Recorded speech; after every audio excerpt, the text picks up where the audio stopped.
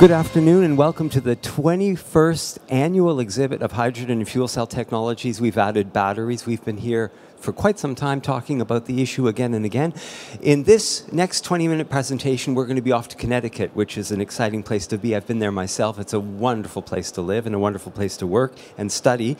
I'll be talking to Beatriz Gutierrez, who's director of the Connecticut Department of Economic and Community Development, and Paul Aresta, manager of the Energy Initiative at the Connecticut Center for Advanced Technology.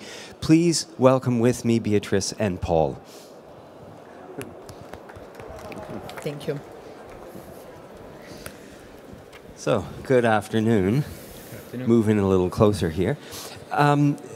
Beatriz, there's something out of this world about the historical involvement of Connecticut in hydrogen and fuel cells. When did this all start, if you go back? So if you think about the growth of these technologies in the state, it started in the 50s, but in the 60s, pretty much every program, space program, out there involve our technology. So as you look at the Gemini, the Apollo programs, every rocket out there had a fuel cell made in Connecticut.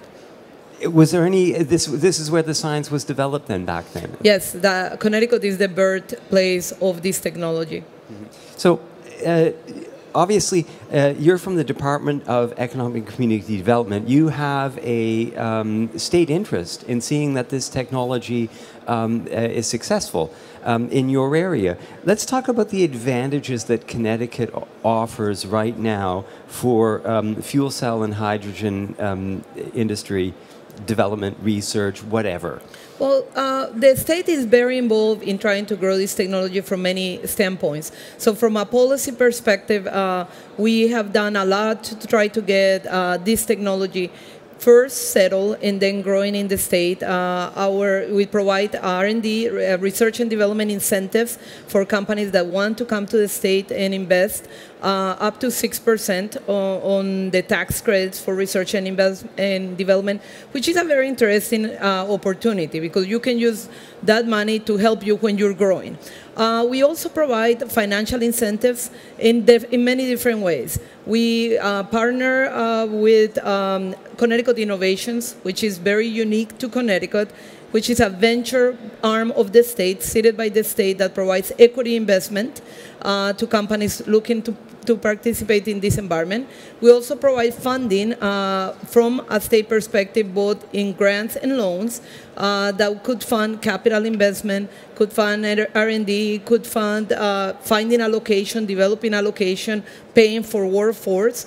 And then also through the Green Bank, we're able to provide financing of installation. So if you look at your supply chain, we're helping you in financial incentives, both at the development standpoint, at the manufacturing standpoint, and then the installation and deployment of the technology. So that's financial incentives.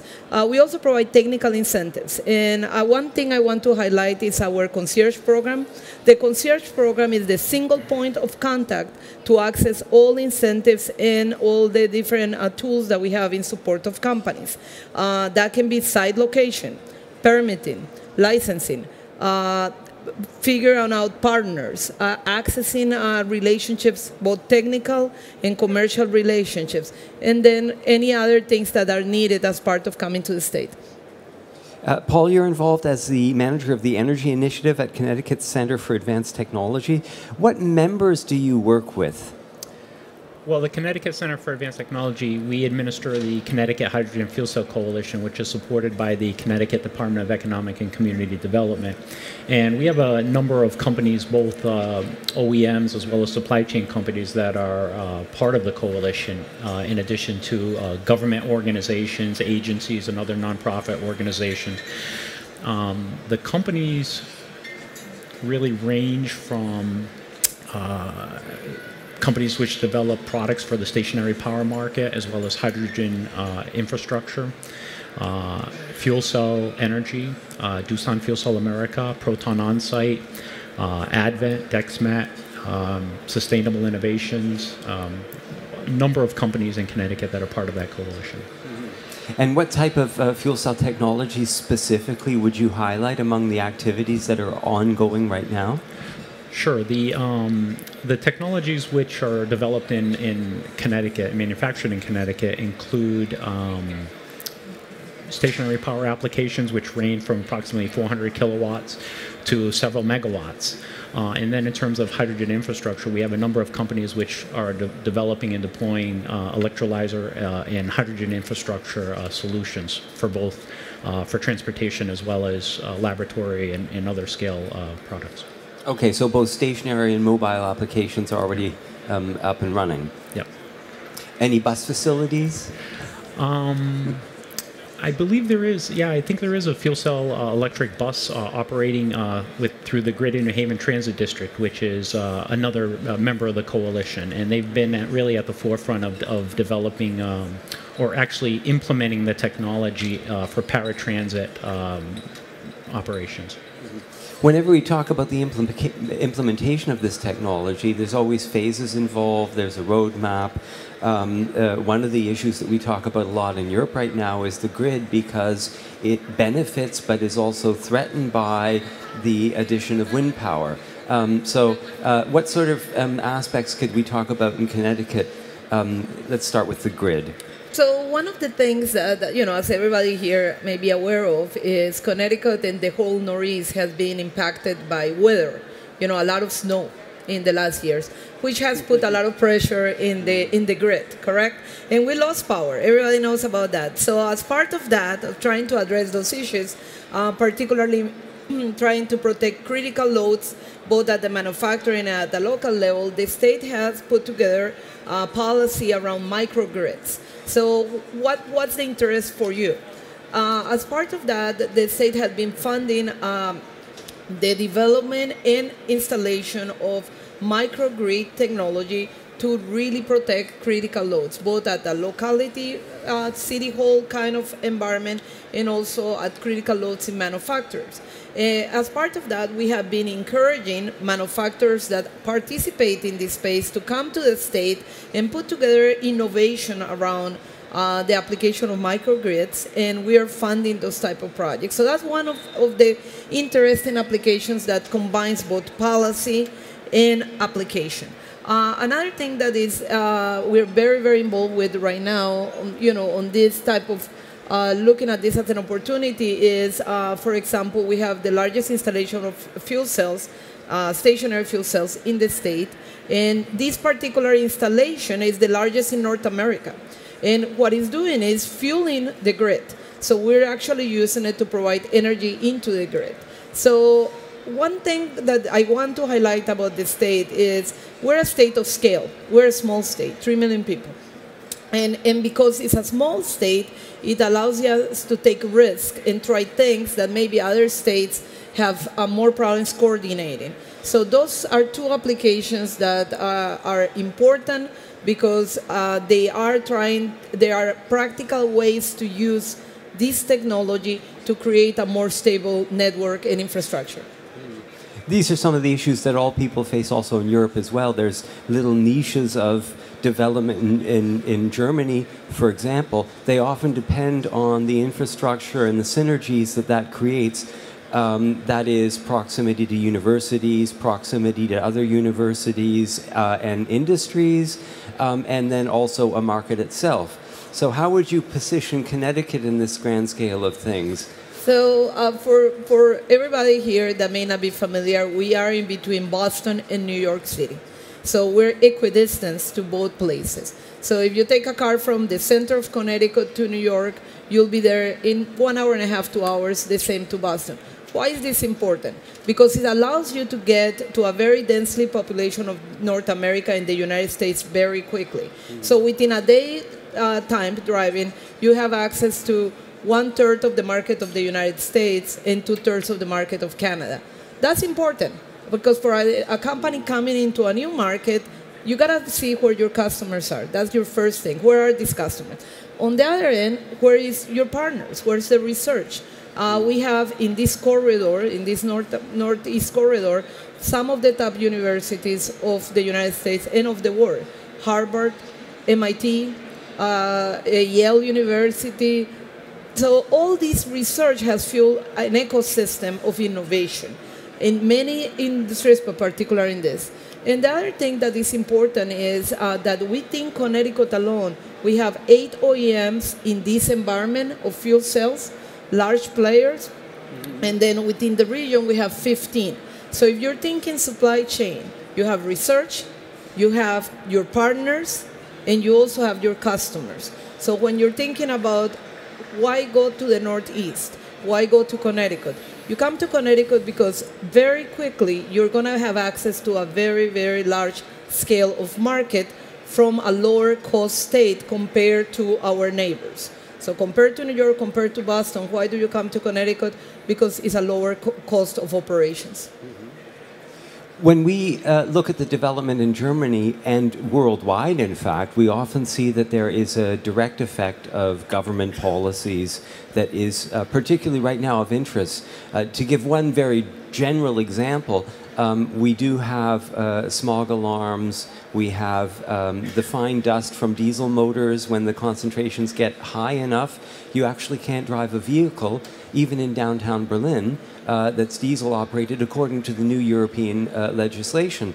This is forcing the question of whether all delivery trucks should be hybrids or hydrogen fuel cells. That is, there is a direct effect of this legislation. This is why places like Japan find it a little easier to go into serial production of mobile applications. So government policies are really, really important. They also involve thinking well ahead of time about where we want to go in the energy environment, and what can we afford, and what can the local community actually deal with? What will they vote for? You know, people often underestimate, I should say, that was a typical mistake of what they often underestimate how some states in the United States have very progressive environmental policies. Yep. So where would you place Connecticut in terms of this national and yet international issue? So Connecticut is at the forefront of policy in the United States in clean air. We pride ourselves on being one of the greener states in the United States. We have put a lot of policy both around water and air. That is very, very important in this environment. But most of all, we're using tools at our disposal to really help the industry address those policy issues. So one of the examples is we're very focused on transportation. Being a small state is important, and building infrastructure is important. But one of the things we're doing is looking to work on a private-public partnership with large OEMs, car manufacturers that want to bring those technologies in-house. Last week, for example, we had a forum with our legislator body where we presented as a group with the coalition and the partners, the importance of these technologies, fuel cells, as a solution for transportation. And as part of that, we actually had Hyundai and Toyota bring their cars to our state. So why is Connecticut important as a partner for them?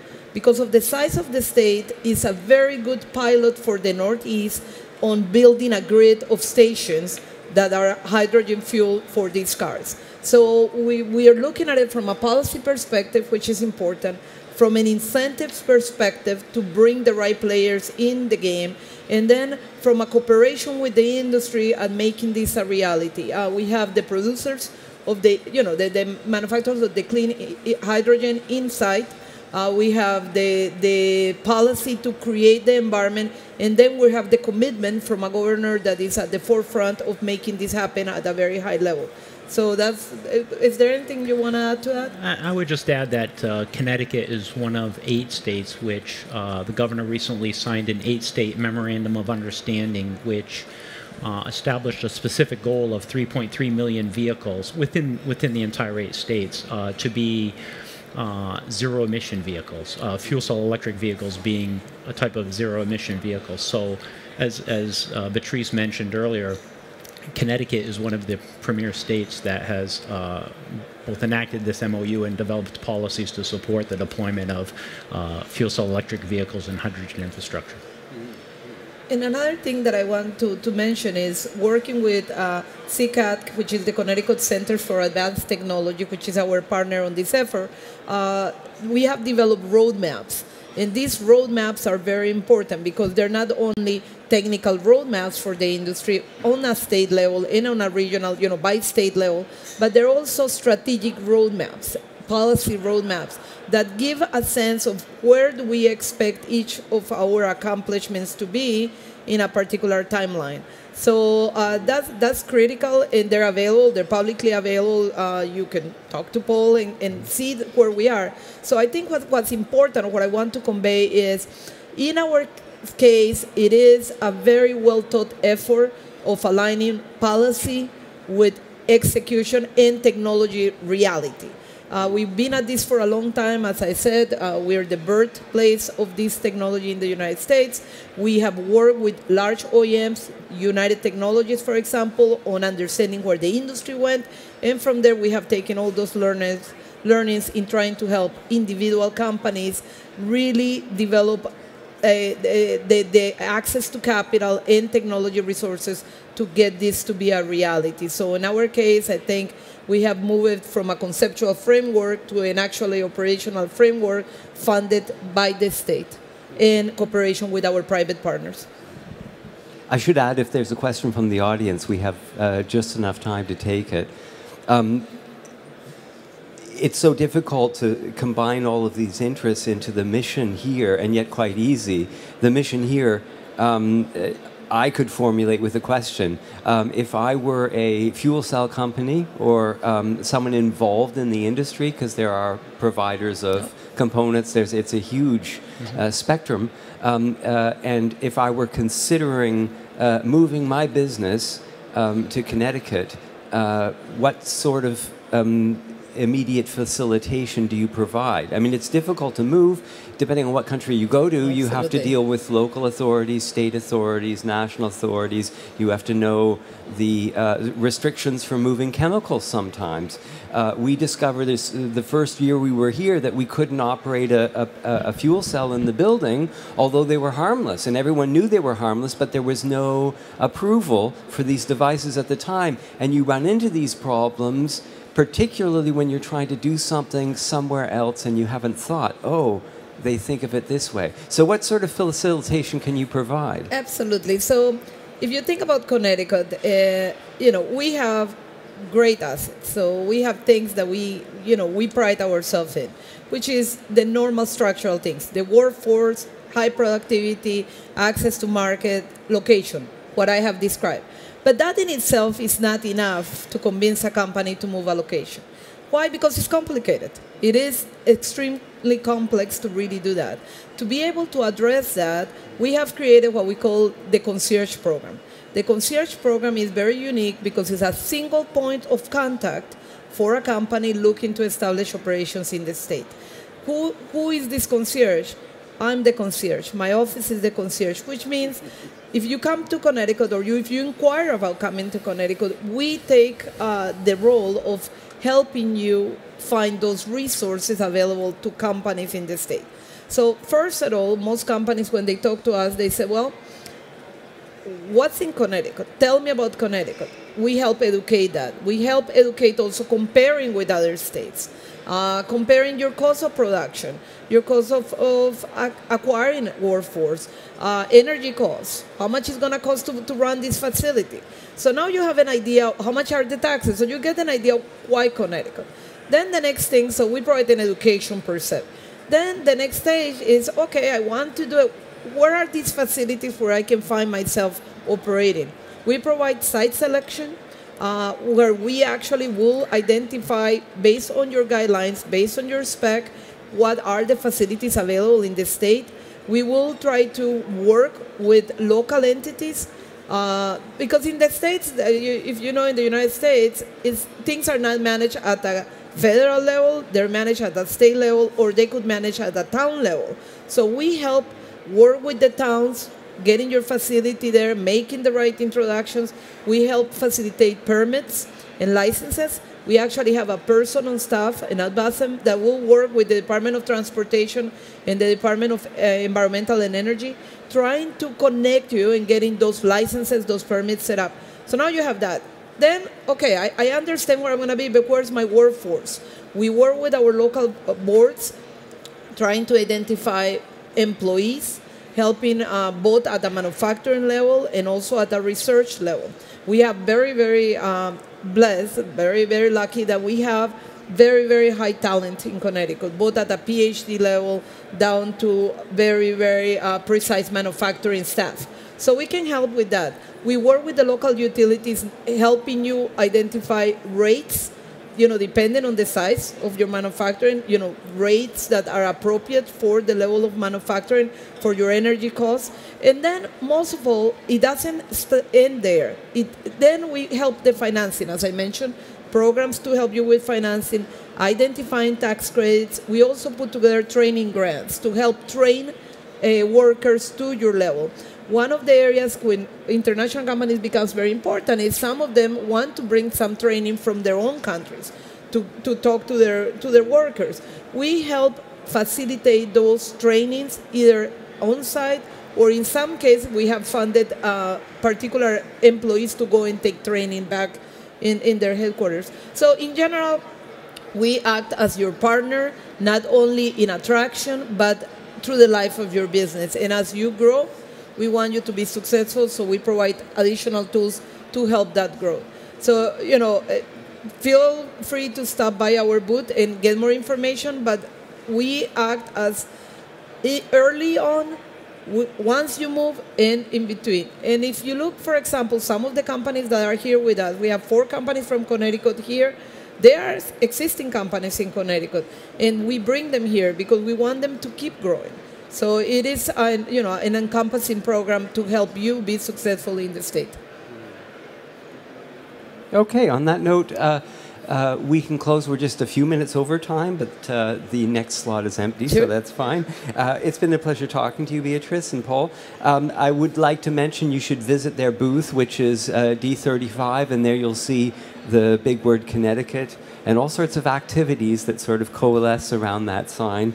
It's been a fascinating talk. You're here for the first time this year? No, this is my 3rd time here. Your 3rd time here. Coming back next year? Absolutely. Good to know. Okay, we'll continue the conversation during this week and next year. Thank you, Paul and Beatriz. It's been a pleasure talking to you. Thank you very much. Thank you. And thank you. We'll be up in a few minutes with the talk. Tom Stevenson from Pareto Power will be talking about the benefits of PGM catalysts. So stay tuned. The drinks are on the house. Back shortly.